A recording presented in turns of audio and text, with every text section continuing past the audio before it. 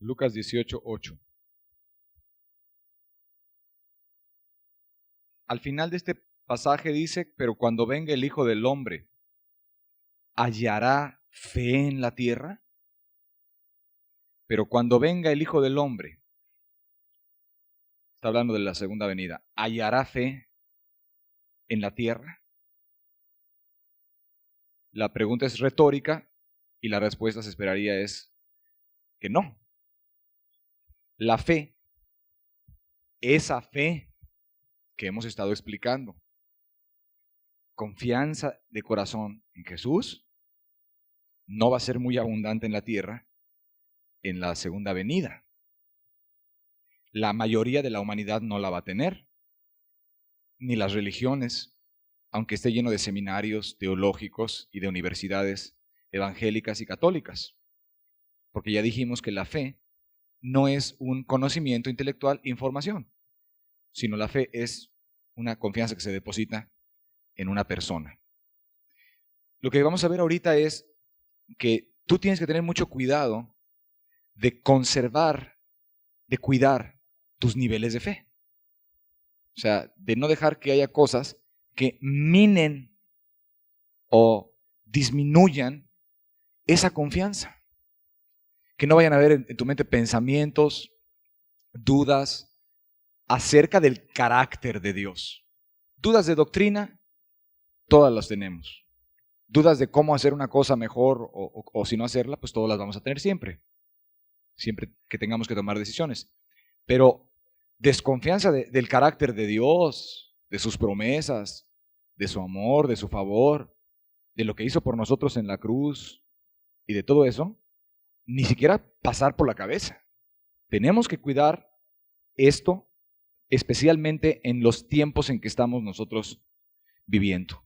Es una época de mucha incredulidad y nosotros vivimos en un ambiente de incredulidad. La atmósfera que respiramos, las ciudades en donde estamos, todo te grita, te invita a no confiar, a volverte una persona maliciosa, llena de dudas, recelosa, desconfiada de todos y de Dios también.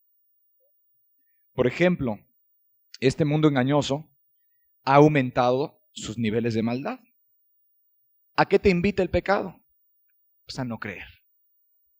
El pecado, con sus apelaciones a satisfacerlo, a la vanidad, etcétera, te invita a mejor satisfacer eso y dejar los caminos de la fe, a no querer confiar en Dios, a no quererte imaginar que existe un infierno o que hay un Dios que te ama y que te va a usar, etcétera. El diablo es el maestro especialista en engañar y en infundir desconfianza en el carácter de Dios. Ya lo estudiamos en el huerto, en la tentación. Empezó a meterle ideas a Eva contra la bondad de Dios. Eva, con que Dios os ha dicho, no comáis de todo árbol del huerto. Como que no todo árbol, nada más le prohibieron de uno. No, no es cierto, Eva. Dios te dijo que morirás, no morirás. O sea, Dios es mentiroso. Es lo que le está diciendo. No, Eva, lo que pasa es que Dios te quiere impedir que tú te vuelvas un Dios también, igual que Dios. Por eso no quiere que te comas ese árbol. No, Dios sabe, no vas a morir, vas a ser igual que Dios cuando tú te lo comas. O sea, Dios no quiere que participes de esa bendición. O sea, Dios es un Dios malo, ¿no? Dios es un Dios en que no debes de confiar. Tiene malas intenciones para contigo. Eso es lo que el diablo le dijo. Ahí están los dardos. Ella recibe todo eso y después ya sabemos cuál fue la consecuencia. Acuérdate que el diablo es el calumniador, el mentiroso por excelencia y va a difamar a Dios. Entonces, el diablo está teniendo mucha actividad en los últimos tiempos. Que no confíes, que no creas. El mundo, o sea, lo que es este mundo material, junto con la sociedad en que vivimos, nos invita a no buscar a Dios porque se burla de lo divino, porque nos da muy mal ejemplo. Hay muchos libros de ateísmo que están ahorita diseñados para atacar la confianza en la Biblia, en la existencia de Dios, criticar que si Dios existe, que por qué pasan sufrimientos. que si Dios existe, ¿por qué permite esto? Hay libros, hay volúmenes enteros, bibliotecas, cuestionamientos a la Biblia, las dificultades, los problemas, le prestas a alguien, no sé, lo que todo el mundo ha vivido, te traiciona, la gente se vuelve recelosa, se vuelve desconfiada, con malicias. ¿Qué quiere sacar este de mí? O sea, ya no quiere abrirse, ya no quiere confiar, no va a ser que me pase. Y luego gente puede llegar a pensar que Dios es así. Qué terrible, pero así tratan de relacionarse con Dios con las mismas malicias con que se relacionan con las personas de allá afuera. Mucho cuidado, Dios es muy distinto a todos. Dios es Dios. Las sectas y religiones, ¿qué hacen? Pues te gritan que nada es cierto, que todo es pura hipocresía. Eso es lo que gritan, fábricas de ateos. La secta de acá, llena de gente, etcétera, etcétera. De pronto todo el mundo cae en pecado ahí desde los líderes para abajo y se destruye y todos decían que ahí estaba Dios y ya no está. ¿Qué mensaje, qué bombardeo de información estamos recibiendo? No creas, no confíes ya, no vale la pena ni siquiera confiar en nadie ni en Dios, etcétera, etcétera. Es continuo. La secta de acá trabaja, la secta de acá crece, los testigos de Jehová tienen casi 500,000 personas en México ya, la religión mayoritaria, estaré bien, estaré mal, puro bombardeo para no creer, pura hipocresía. Si tú has sido en cierta forma afectado en tu vida pasada por una secta o por un líder charlatán o por un líder que simplemente no lo era, eso también te puede minar, te puede dejar así como medio dañado, como que no quieras ya luego confiar en Dios. Pues tienes que tener mucho cuidado y con Dios tienes que ser muy abierto y poner tu confianza en Él. Las controversias doctrinales, ¿te das cuenta? Hemos hablado del Evangelio hoy. Creo que Dios nos lo hizo bastante clarito hace rato. El Evangelio, ese es el Evangelio de Jesucristo. Te podrá sonar muy complicado, no sé, o muy maravilloso. En verdad, para mí también siempre es maravilloso hablar de estas cosas. Pero es que ese es el Evangelio que siempre ha habido. Es lo que siempre creyeron los cristianos y es lo que predicaron. Es lo que hay detrás de un Romanos 10:9, de la confesión y de la fe y todo eso. Entonces, las doctrinas básicas, todo el mundo las sabía. Pero fíjate con qué dificultad, ¿no? Se puede llegar a tener una claridad de esas doctrinas. Y cómo todas las controversias doctrinales pueden llegar a desanimar a la gente. Bueno, que si el verdadero evangelio está aquí, que si el verdadero evangelio está acá, que si los de aquí, que si los de acá, que si las manifestaciones del Espíritu son estas, o que si son las otras. Descrédito de falsos ministros, descrédito a buenos ministros, como Cristo dijo que iban a ser calumniados. En lo sobrenatural una gran charlatanería, que resultó que los milagros de fulano siempre no eran, que los de fulanita pues a lo mejor no eran. Entonces, pues a lo mejor lo sobrenatural no existe, ¿no? Y por consiguiente, pues tampoco Dios. Entonces, para abajo siempre la fe. O sea que Satanás está atacando ese punto. Tú sabes que cuando la gente se amarga también, uno de sus frutos es la malicia. Y la malicia es la negación de la fe. Malicia quiere decir una desconfianza injustificada. Eso quiere decir malicia. Desconfianza injustificada. ¿Hay que desconfiar del que me hizo algo? Pues claro que sí, a menos que sea yo tonto. Pero del que no me ha hecho nada y me muestra todo bueno hacia mí, porque he yo de desconfiar de esa persona, ¿no? Y en este caso estamos hablando de Dios, que al contrario ha sido buenísimo con nosotros. Ahora, la amargura ahorita es muy común, porque hay mucha violencia, hay muchas injusticias que oprimen a la gente, no existen sistemas jurídicos aquí que apoyen a las personas, a quien quiera le roban, lo despojan, le quitan, le asesinan a un familiar, cosas así. Y si va a los tribunales nunca va a tener respuestas. ¿Qué engendra eso en esta humanidad? Mucha malicia, mucho odio, mucha amargura. Están los corazones ya bien recelosos a devolver su casa que les quitaron, fueron a los tribunales y se vendió el ministerio público y su abogado también y les quitó además otros 20 que invirtieron para recuperar la casa y luego terminaron ellos encarcelados. O sea, es tremendo lo que la gente está viviendo ahorita. Violencia, peligro, inseguridad. ¿Qué crea? La gente ya no quiere ni salir. Recelo, ya te toca a alguien a la puerta a venderte algo y ya no le crees. Dices, no vaya a ser un ratero, no vaya a ser un ladrón, no vaya a pasar lo que le pasó el otro día que vi en el periódico en otra colonia. O sea, con mucha cautela que a veces se convierte en un gran odio y amargura y lleva al recelo. Las desgracias, dice que por haberse multiplicado la maldad, la Escritura dice que se enfriará el amor de muchos y ahorita la gente ya no te atiende igual. Ya la gente ahorita le pides un favor en la calle, oiga, ¿dónde queda esta calle? Ya no te contestan, mejor no vayas a ser tú el ratero, o ya les han sacado un cuchillo por hacer esas preguntas. O sea, toda esa atmósfera, pues es una atmósfera anti-fe, es una atmósfera de incredulidad, y nosotros debemos de guardarnos de esas influencias y debemos de mantener ardiendo la llama de nuestra confianza en Dios con mucho cuidado. Aprender a detectar cuando nuestra confianza está disminuyendo o qué cosas me quieren minar. Pensamientos de dudas en la confianza en Dios, en la veracidad de su evangelio, en la veracidad de la Biblia, en la veracidad doctrinal de aquello que tú ya has visto que esté aquí en la Biblia. Tienes que tener cuidado de ni siquiera entretener ese tipo de cuestionamientos, porque es lo mismo que entretener cuestionamientos de cualquier otro pecado, que quizás hasta menos peligroso sea. O sea, debes de desechar ese tipo de dudas acerca del amor de Dios para con tu vida, como desechas los pensamientos de robar o de matar. ¿Ok? Vamos a ver otro punto. Aquí termino un punto. O sea, estamos hablando de nosotros debemos cuidar, nutrir la llama de la confianza y evitar ser influenciados por todo lo que nos quiera minar, desgastar nuestra confianza en Dios. Vamos a decir como que cuidaras un pequeño tesoro, ¿no?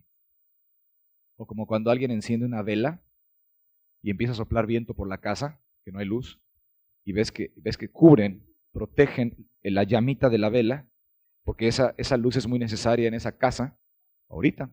Entonces la cubren, le ponen un vaso o le ponen las manos, le hacen así, para que ese aire, ese viento helado, no vaya a apagarla de un momento y toda la casa se quede oscura. Así, porque en ese momento la gente considera valiosa la lumbre. Así también la llama de la fe, hay que protegerla. Hay que identificar, a ver, cuidado con esto. A ver, estas ideas que me están viniendo, vamos a analizar qué es realmente el punto. ¿Esto es simplemente análisis doctrinario o ya me están viniendo dudas, así como que no me tengo yo que arrepentir nunca o creer en Cristo? Cuidado, porque Dios ya no me ama porque tuve un problema. Cuidado, paras en seco los pensamientos. No deis lugar al diablo, dice la Biblia. Ahora, el punto siguiente es este. Lo que le puede hacer a tus reuniones una atmósfera de incredulidad. Hermanos, la iglesia son ustedes. O sea, somos la gente. O sea, la iglesia no son los pastores. La iglesia eres tú. Tú haces a la iglesia. Tú eres la iglesia, pues. Cada uno juntos. En tu iglesia, a donde te congregas, en cualquier parte de donde hayas venido, tú eres en gran parte responsable por el tipo de atmósfera que haya en las reuniones. O sea, tú aportas, tú o recoges o desparramas. Una de las dos, ¿no? O sea, no eres neutral. Ya cuando hay discípulos, ya cuando hay gente que una vez creyó y confió en Jesús inicialmente, mucho de lo que vayan a recibir esas reuniones va a depender de los discípulos mismos. Como decíamos hace rato, conforme a la medida de su confianza, expectativa que tengan en Dios, será que esté manifestándose el Espíritu Santo y haciendo maravillas en medio de ustedes. Y me refiero a maravillas en todo el amplio sentido de la palabra, no nada más hablando de un milagro, de una sanidad, porque también maravillas son las otras y a veces más grandes, las de santidad, las de revelación, las de milagros de amor. O sea, va a depender, escucha, no siempre de tu pastor solo tiene una parte que jugar, depende de ustedes. Conforme a tu medida de confianza en Dios ese día, conforme a tu expectativa de recibir, será que el Espíritu Santo utilizará a cualquiera que esté predicando en ese día. Esto es muy importante. Dice el libro de Gálatas, aquel pues que os suministra el Espíritu y hace maravillas entre vosotros, ¿lo suministra por las obras de la ley o por el oír con fe? Está hablando ahí de la ceremonial, obviamente. Pero dice, ¿cómo les era suministrada a esa congregación de Gálatas el Espíritu para hacer maravillas en medio de ellos? por el oír con fe. Ahora ellos ya eran salvos, no le está predicando el evangelio. Es que hay que seguir oyendo con fe. No nomás el día que te predicaron a Cristo crucificado. Se sigue oyendo con fe. O sea, siguen oyendo la palabra de Dios y viendo las promesas, viendo el mensaje, viendo qué está hablando Dios a su vida, con confianza en Dios, con expectativa de recibir de Dios, de agradarlo, con esa actitud que a Él le gusta mucho.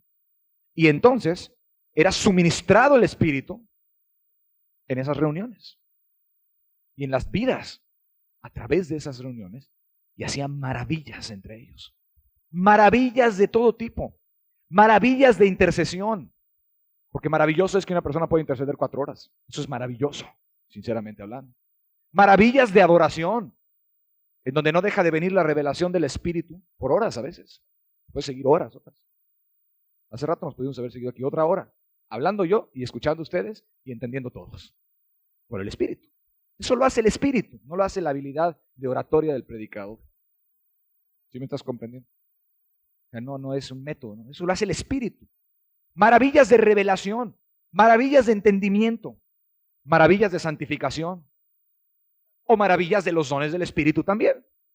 El caso es, aquel que os suministra pues el Espíritu, ¿cómo lo haces? ¿Cuál es el procedimiento a seguir? ¿Guardar la ley mosaica? ¿Ceremonias? No. Lo hace por el oír con fe. Esas maravillas. La congregación vivía viendo maravillas de todo tipo. Maravillas de conversión, maravillas de convicciones de pecados, que son maravillas, porque son divinas, son dadas por Dios, no son naturales hacer eso. Nadie puede hacer que los impíos se vuelvan gente santa, más que Dios. Y de eso depende de que esté el Espíritu. Y la presencia del Espíritu depende de que haya confianza en el corazón de los salvos. O sea que ustedes tendrán las reuniones que ustedes quieran tener. Y tendrán tantas bendiciones como ustedes quieran confiar en Dios que van a tenerlas. O sea, básicamente uno de los grandes reguladores va a ser el hambre y el apetito espiritual que la gente tenga y la expectativa. Hasta ahí los va a bendecir a Dios. Conforme a tu fe va a ser hecho y ni una gota más que eso. Hasta ahí solamente. Entonces, tú tienes mucho que ver en el ambiente que va a haber en la iglesia. Ahora, hoy te quiero mostrar lo que una atmósfera de incredulidad le puede hacer a tus reuniones.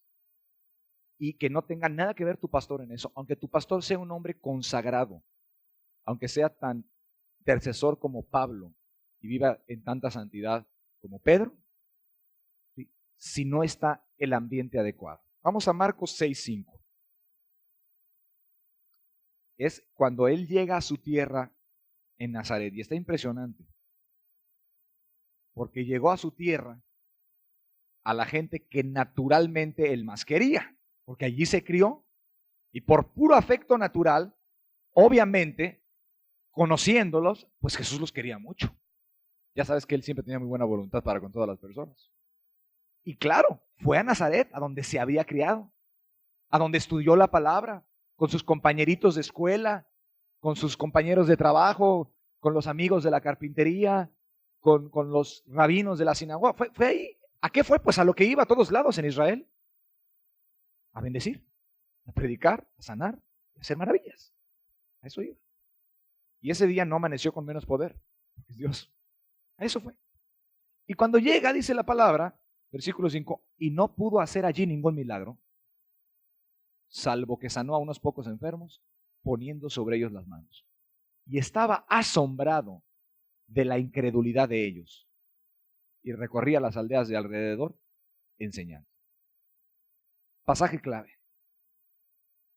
Dios Todopoderoso hecho carne, llegando a su propia tierra, con sus propios amigos, a los que más quería bendecir, y hay un bloqueo para ese poder y para esa bendición que les quería dar. Hay un bloqueo. Y no pudo, de la palabra griega dunamai, de poder, de habilidad, de hacer algo, de ejecutar algo. Y no pudo.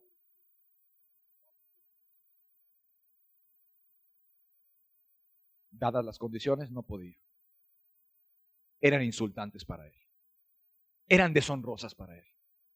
no estaba la condición que él mismo había puesto, que tenía que haber una confianza. Y Dios hecho carne, queriendo, y a eso fue, pues, ¿para qué viajó allá? Para bendecirlos. Hubo un bloqueo, no pudo hacer ningún milagro. Y otro pasaje paralelo nos completa el cuadro y dice, a causa de la incredulidad de ellos. No hubo bendición, no hubo maravillas ese día. A nivel grupal, no bendijo esa ciudad, no pasó nada. Entró y salió. Por ahí unas personas tuvieron una bendicioncita, en privado, en lo personal, y se fue. Ahora vamos a cambiar rápidamente, márcale ahí Marcos 6, ahorita regresamos y vamos aquí a Marcos 6, 53. En el mismo capítulo. Minada la travesía, vinieron a tierra de Genezaret y arribaron a la orilla, y saliendo ellos de la barca, enseguida la gente le conoció. Y recorriendo toda la tierra de alrededor, comenzaron a traer de todas partes enfermos en lechos a donde oían que estaba. Y donde quiera que entraba, en aldeas, ciudades o campos, ponían en las calles a los que estaban enfermos y le rogaban que les dejase tocar siquiera el borde de su manto, y todos los que le tocaban quedaban sanos. ¿Cuál es la diferencia? En los dos lugares había gente necesitada, ¿cierto o no? En los dos lugares estaba el mismo Dios. Ese mismo Dios a los dos lugares quería bendecir, porque para eso vino a bendecir, su buena voluntad. Los dos mismos días tenía el mismo poder y quería hacer lo mismo, y ahí estaba, demostrándolo. Y en uno, tú ves muchas maravillas, y en otro, no hay maravillas. ¿Cuál es la diferencia? La actitud de las personas. Dios es muy sensible a la actitud interna del corazón de una persona. Si se confía o no se confía. Tú sabes, Jesucristo es el mismo ayer y hoy y por los siglos de los siglos. Él no cambia. Fue a bendecirlos. Entonces, una atmósfera de incredulidad no es cualquier cosa. Una atmósfera de incredulidad, actitudes en los discípulos, es todavía más grave que en los impíos. ¿Estás comprendiendo? Porque se esperaría del impío, bueno, pues que impiedades salgan de él en todo caso. Pero de su propio pueblo, de los que son los herederos, ¿qué pasó? Es el mismo. Aquí el problema, te lo quiero poner en otras palabras, no era del predicador. El problema aquí no era el predicador. Aquí sí estoy seguro que no era el problema. Podría ser en otras ocasiones, pero este día aquí el problema no era el predicador. No amaneció Jesús con menos unción, no tuvo problemas para preparar su mensaje, no es que no sabía cómo decir o bendecir. Pero mi Biblia dice, no pudo. No hizo ningún milagro.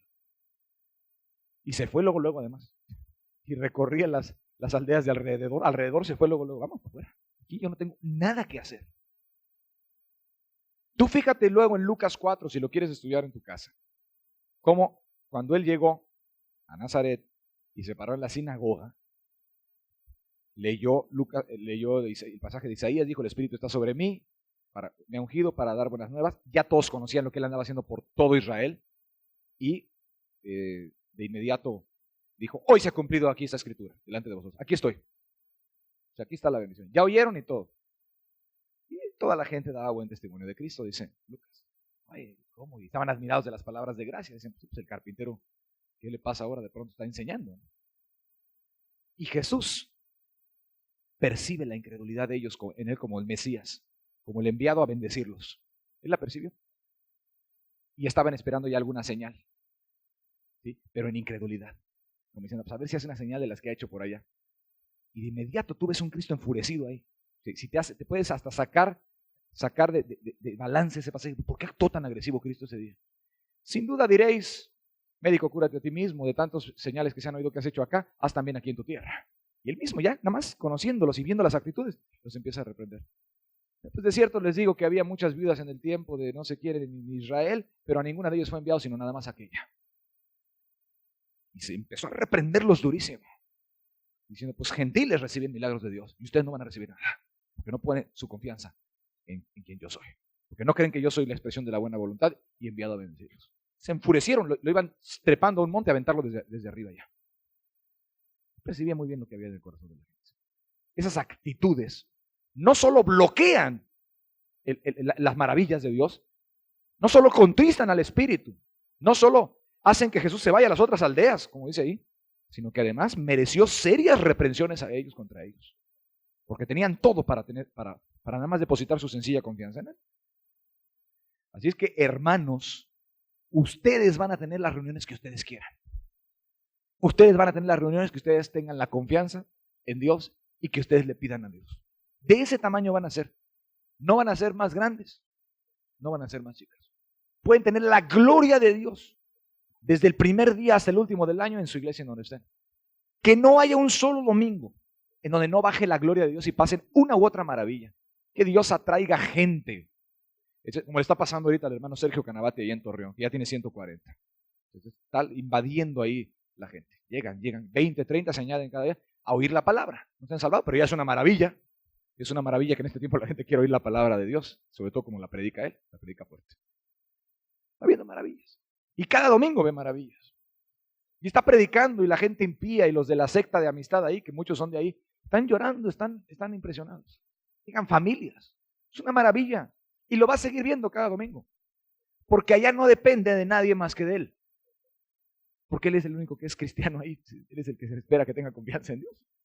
La otra gente pues apenas está entendiendo. Pero donde hay discípulos, el problema no es el impío. Si aquí vienen mañana 200 impíos a la reunión de domingo y todos están bien impíos, pues ya sabe Dios. Dios no se enoja porque están impíos. O sea, en el sentido de que, pues están aquí, está contento porque los trajo para salvarlos. Está enojado con las maldades que hacen, pero no porque vinieron a oír la palabra. Está enojado. Dios está contento. Pero pueden haber luego las mentiras y los pretextos. No, bueno, es que hoy había mucho impío y una atmósfera de opresión. Una atmósfera de opresión era de parte tuya. Era una atmósfera de incredulidad donde Dios no se gozaba de estar ahí en medio para hacer maravillas en los mismos impíos. Desde 200 impíos, Dios está bien contento, pues para eso los trajo, para que oigan y se arrepientan y se salven. Ya los trajo Él. No se va a enojar Dios porque vinieron los impíos a oír la palabra. No, Él se pone contento. Él fue el que los indujo, los llamó a que vengan a oír. Pero si los discípulos están apáticos, están distraídos, no están expectantes de que Dios toque, tienen en el corazón, pues yo ya sé ese mensaje, pues ya lo oí, pues ¿para qué vienes? Ve y predícaselos a otros y abre un grupo todo el domingo, ¿no? Si ya te lo sabes, eso haz. Y si no ven, gózate, intercede por los impíos mientras están ahí, ve que más pescas, porque nadie sabe nada como debe de saberlo, dice el apóstol Pablo, y al final a ver qué hacemos para ayudarlos a ellos, ¿no? Pues esa es la situación. Muy sensible a las actitudes. Si el discípulo está sin esperar nada, si empieza la adoración, si empieza la alabanza y el discípulo no trae nada por qué darle gracias a Dios en su corazón, o empieza a no cantar o a no testificar de Dios, porque también ya dijimos que es una forma de testimonio público el adorar a Dios en público. Entonces dejan solo a la persona que está ahí en la guitarra, a la hermana. ¿Sabes? Empieza de pronto a sentirse una atmósfera pesada y de pronto no hay bendición. ¿Por qué? ¿A poco Dios ese día dijo, hoy no quiero dar bendiciones los domingos? Por favor, hombre, ¿en quién crees? Dios no cambia. Dios siempre se quiere glorificar y siempre quiere bendecir. Hay un problema, y es un problema en el corazón, es un problema en las actitudes. En otras palabras, una atmósfera de incredulidad generada por los discípulos puede provocar la mayor oposición al que está predicando la palabra. Puede bloquear las maravillas del Espíritu Santo y ahuyentar su presencia de Dios como ninguna otra cosa. O sea, que Dios diga, no quiero nada que ver con ese día. La incredulidad, si bloquea el poder de Dios, como estamos viendo en Marcos 6, entonces no bendice Dios las actividades de ese día. Eso es muy importante. No hay bendición en nada. No hay bendición en la alabanza. No hay bendición cuando se les predica al final. No hay bendición en la enseñanza. Y no importa si el predicador trajo palabra bien y oró y intercedió. Porque aquí el predicador era muy bueno. Se llamaba Jesús de Nazaret. Nadie le gana. Y ese día no se pudieron hacer las maravillas.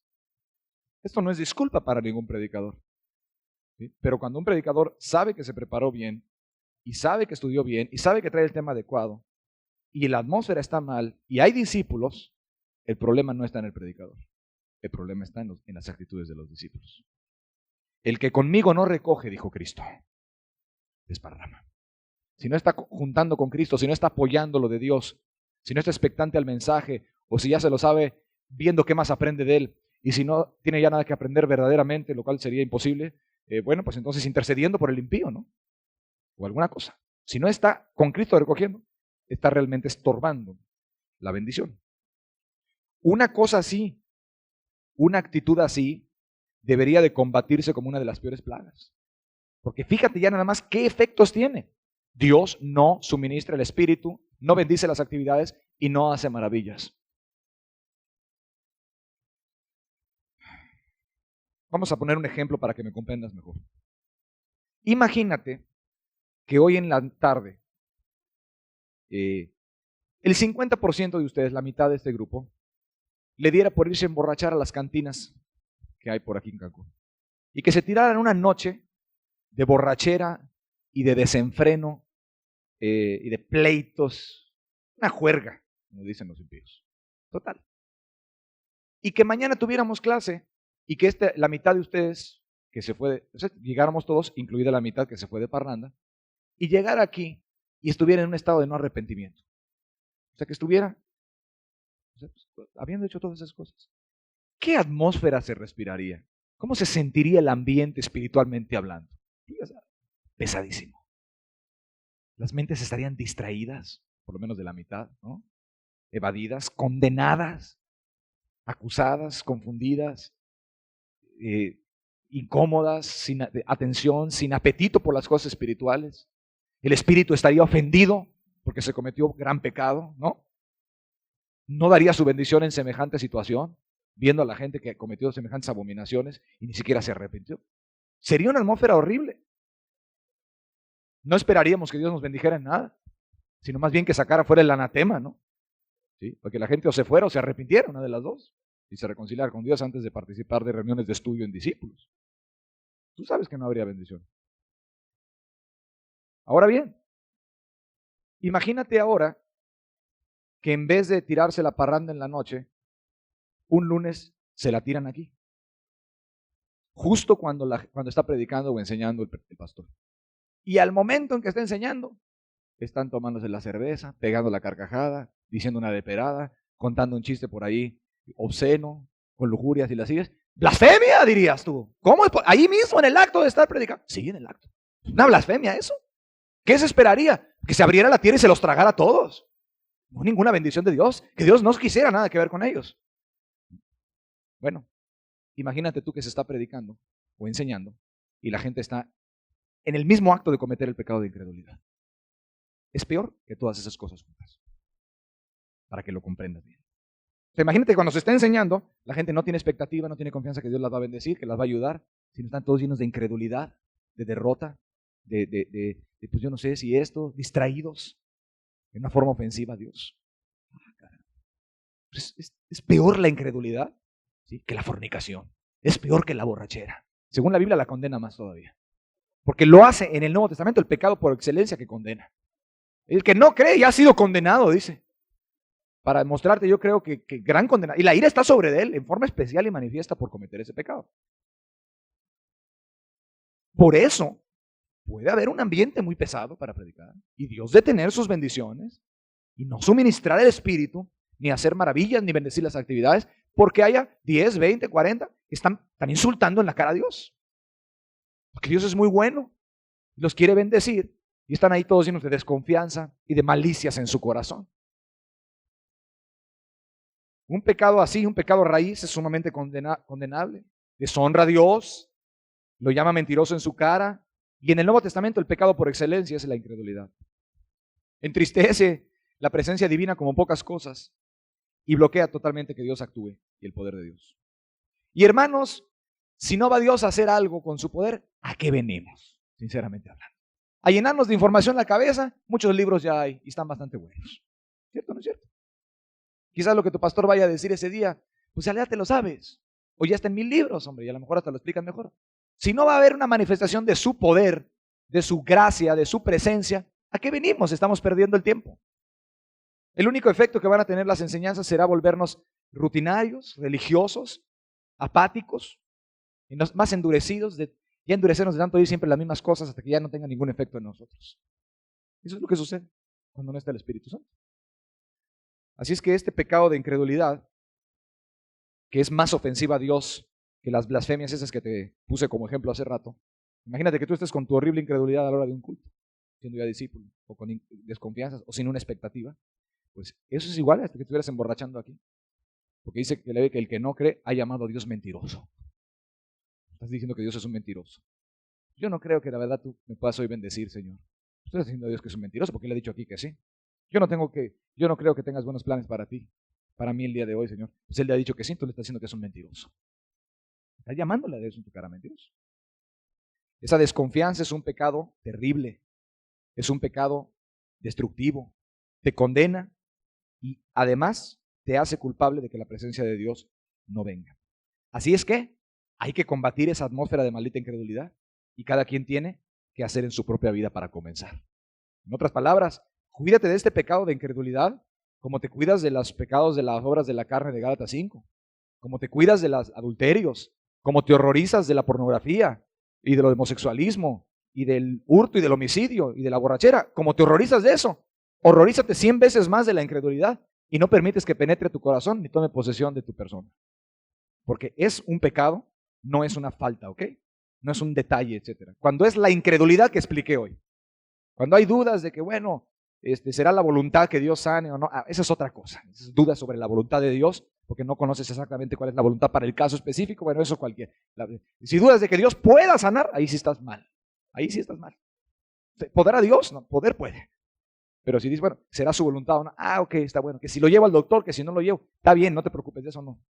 Pero que tú no confíes en que Jesús es galardonador de los que le buscan y que te quiere bendecir y que Él te ayuda y que te ama y que murió por ti y eso, cuídate de eso, porque esa es la misma raíz de la condenación eterna. Ok, termino diciendo lo siguiente en Hebreos 3. Se entendió muy claro las dos diferencias entre incredulidad, una incredulidad real, el otro son dudas de cosas legítimas en donde hace falta conocer más exactamente la voluntad de Dios. Pero de lo que está escrito en la Biblia y conoces, no tienes nada que dudar. Si aquí la Biblia promete que Dios quiere santificarte y que te va a librar de tentación, pues ya, ahí no tienes nada que dudar de Él, a menos que digas que es un mentiroso, que no cumple lo que Él dice, o que no puede hacerlo, porque le ha de faltar poder. ¿Se ha cortado la mano de Dios para salvar? Pregúntale. ¿Se ha cortado? ¿Se ha cortado el Espíritu de Dios? Preguntan los profetas. ¿Son estas sus obras? Como diciendo, pues esto no es lo que Dios hace. Dios hace cosas grandes, poderosas en tu corazón, en tu vida. Te llena de gozo y de paz y de bendición y de fe, de confianza y más confianza. Y te ayuda. Hebreos 3 es una advertencia contra el horrible pecado de la incredulidad. El versículo 19. Y vemos que no pudieron entrar a causa de incredulidad. Y vemos que no pudieron entrar a causa de incredulidad. Para no entrar en mucho detalle, no entraron a unas bendiciones hermosas que Dios les tenía preparados por una razón, por incredulidad. Ya se los había prometido Dios. No entraron. No entraron. Y después, aquí mismo, en el 4, versículo 2 dice, pero no les aprovechó el oír la palabra por no ir acompañada de fe en los que la oyeron. O sea que el oír la palabra o el oír enseñanzas o el tener estudios de la Biblia, si no va acompañado de parte tuya, que eres el receptor de una confianza, no te aprovecha. No te sirve de nada.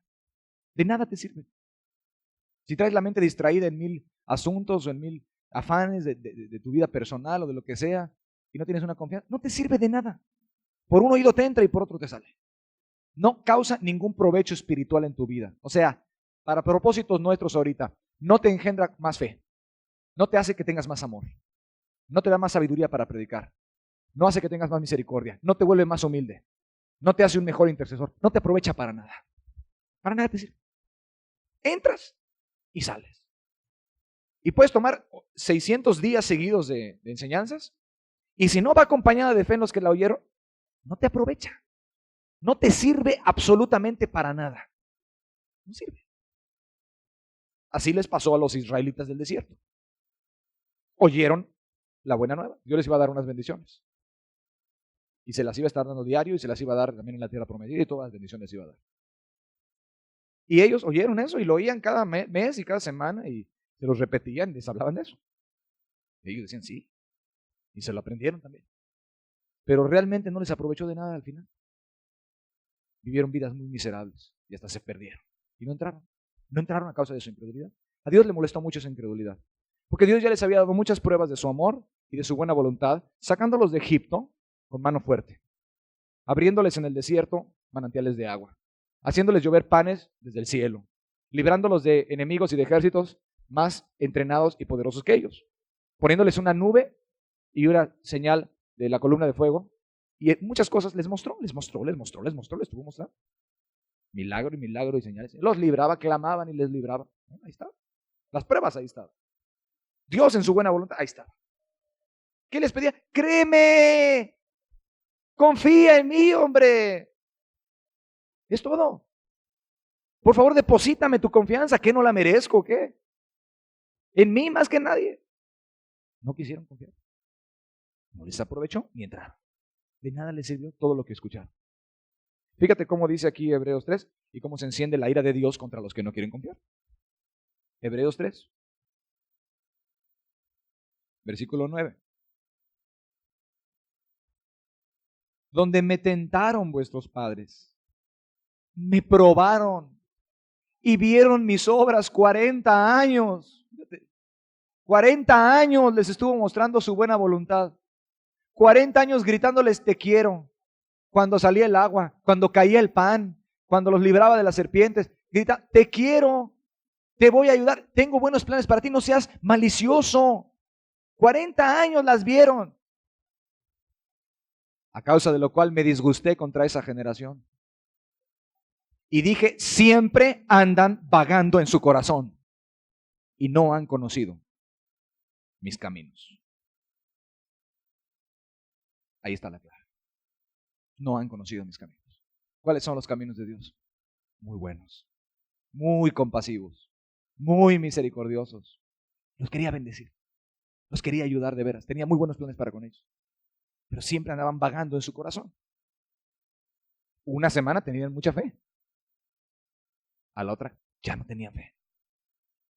Un día estaban muy contentos cuando había una bendición de Dios especialmente. Al otro día, en una depresión. Siempre andan vagando en su corazón. No me puedo ganar la confianza de ellos, por más cosas que hagan. Llegaba el momento ahí del Mar Rojo, bueno, una fiesta hubo ahí cuando se abrió eso. Unos segundos antes habían estado todos ahí, que Dios nos quiere matar, decían. Nos trajo aquí para matarnos, Dios.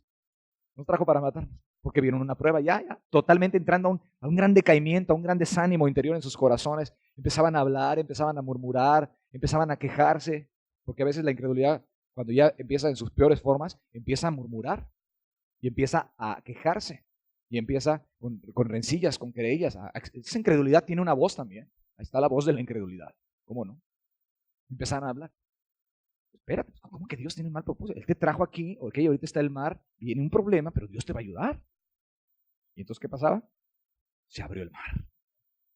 Y pasaron en seco. Cuando vieron que Dios los había ayudado, cuando vieron que Dios era bueno, hicieron una fiesta. Están bien confiados en Dios. Ya conocieron sus caminos. Dios es bueno. No va a permitir que seamos tentados o probados sin darnos la salida. Tiene mucho poder y nos quiere mucho. Y siguieron. Se les acabó el agua. Híjole, otra vez empezaron a murmurar.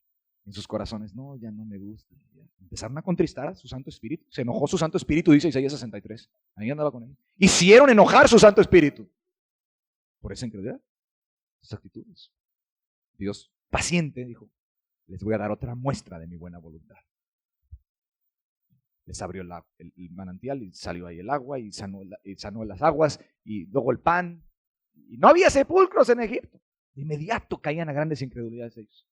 Siempre andan vagando en su corazón, decía. No han conocido mis caminos. No han querido tomarme al pie de la letra seriamente de que yo los amo y aunque haya pruebas yo los voy a ayudar y los voy a llevar hasta el fin de este camino y los voy a meter a donde yo dije que los voy a meter. A la tierra prometida. Ahí donde dije, ahí los voy a meter. Finalmente llegaron después de muchos años a la tierra prometida. Vieron otra dificultad. Después de haber visto tantas cosas que Dios los amaba y era muy poderoso. ¿Y qué hicieron? No podremos entrar ahí. Es tierra de gigantes. Somos como saltamontes, como chapulines, langostas delante de ellos. Nos van a hacer pedazos. Y Josué y Caleb hicieron callar a la gente. Cállense ya la boca. Y Dios dijo, ¿hasta cuándo escucharé esta multitud depravada y perversa? Dice, que siempre está querellándose en su corazón contra mí. Estaban ahí en su corazón, empezaban a hablar, porque de la abundancia del corazón habla la boca. No, esto ya no es cierto. Híjole. Entonces un día, por tanto tiempo que fueron incrédulos, llegó al límite. Dijo, siempre andan vagando en su corazón, no han conocido, no han querido recibir mis pruebas, mis bendiciones que yo les doy. Juró en su ira, no entrarán en mi reposo. Esa incredulidad llegó hasta el límite a Dios. No van a entrar. Se perdieron. La incredulidad es el gran pecado que condena. Acuérdate. Es el gran pecado, dice San Juan. Mucho cuidado con pensamientos contrarios a Dios. Mucho cuidado con pensamientos de dudas de la Biblia, de dudas del Evangelio de Jesucristo. Mucho cuidado de la buena voluntad de Dios, de que te ama. Mucho cuidado con dudar de sus promesas, porque Dios no es ningún mentiroso. No permitas que entre eso. Porque ese era el problema. Siempre vagando en tu corazón. Un día, bien bendecidos. ¿Tú crees que la presencia del Espíritu Santo no estuvo ahí en ese desierto? El Espíritu Santo estaba con ellos, dice Isaías 63. Ellos sabían lo que era una buena reunión. Un momento como el que tuvimos hace rato, donde hay revelación. Ellos sabían eso. Y ese día estaban bien. Pero búscalos en un mes. Búscalos en 3 meses. Cualquier cosita. Y otra vez a vagar para el otro lado. ¿No? Como la onda del mar, para este lado. Si me ama, no me ama. ¿Me tiene buena voluntad? Ya no sé. ¿Qué pasa? ¿Murió o no murió por ti? ¿Te tiene buena voluntad o no te tiene buena voluntad? Te la he demostrado. Claro que esos hebreos no tienen las pruebas tan grandes de amor que nosotros tenemos ahorita. Nosotros tenemos mucho más grandes pruebas de amor. Porque nosotros sabemos que Jesús murió en la cruz por nosotros. Tenemos el testimonio de las Escrituras. ¿Cierto o no es cierto? Esas son cosas muy grandes. Su buena voluntad no se puede dudar. Tenemos la Biblia entera y muchas cosas y la providencia en nuestras vidas. ¿Cómo dudar de que Él me ama? No dudes nunca de eso. No dudes nunca de su buena voluntad para ti. Porque si tú dudas de esas cosas, se contrista el espíritu. Incurres en pecado grave y de ahí olvídate, porque vienen grandes tinieblas. Una vez ya estando en la incredulidad, ya la conciencia te empieza a acusar mucho. Ya luego te anda acusando de cosas que ya ni sabes si son verdaderas o no son. Te andas condenando de lo que no es pecado. O sea, ya una vez en la incredulidad la conciencia, ya se desbarata todo el ajuste del alma del ser humano. Ya por un lado el demonio y por otro el diablo, hablándote. Ya no, o sea, empiezas a entrar en grandes tinieblas, se te apaga la lámpara, acuérdate de la velita que acabamos de decir hace rato, se te apaga, se te cayó el escudo de la fe, te clavan todos los dardos. Al rato te andas arrepintiendo de lo que no es pecado. ¿Sí? De lo que no es pecado. Y de lo que es pecado no te arrepientes. ¿No será pecado que puse el vaso más acá y quizás tropecé a mi hermano? Así, un mes. O sea, viene todas unas tinieblas a la mente. Y no te arrepientes de la terrible incredulidad de dudar del amor de tu Jesucristo y de que Él te podía ayudar en cualquier momento. Y si de veras pecaste, caramba, abogado tenemos para con el Padre. Abogado. Había que ir a confiar otra vez en Él. Y al rato ya quieres justificarte por las obras. Bueno, ya mañana sí ya voy a empezar a orar, etcétera, etcétera. Pero ya te empiezas a orar y ya no hay gracia. Y está todo seco y tú te sientes peor. Entonces a lo mejor te imaginas otra cosa. Pues a lo mejor yo ya nunca fui salva. Así empieza. Y olvida, te hace pedazos. Y ya sin fe, en incredulidades, sí, claro, dirás, no, sí, la doctrina verdadera y todo eso, pero ya sin confianza, pues, en tu corazón. Pues de ahí vienen las tentaciones, ya no vences al mundo, sino eres vencido por él. Los atractivos de otro tipo de pecados, ¿verdad? Los pecados escandalosos, los pecados de la carne, están a la mano.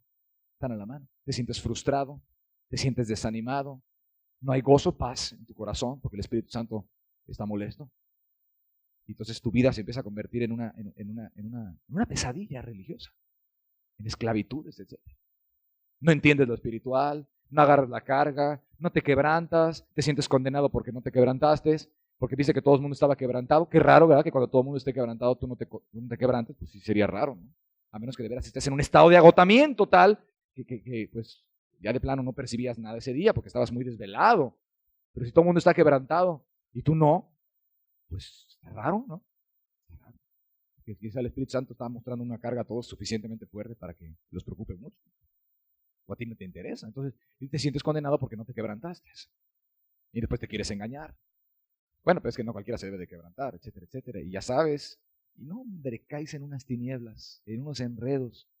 Y olvídate. Lo mejor es siempre caminar así sencillito, como hoy vimos. Como empezamos a ver hoy. Ese es el camino de la fe. Así como lo vimos. Y de aquí para adelante.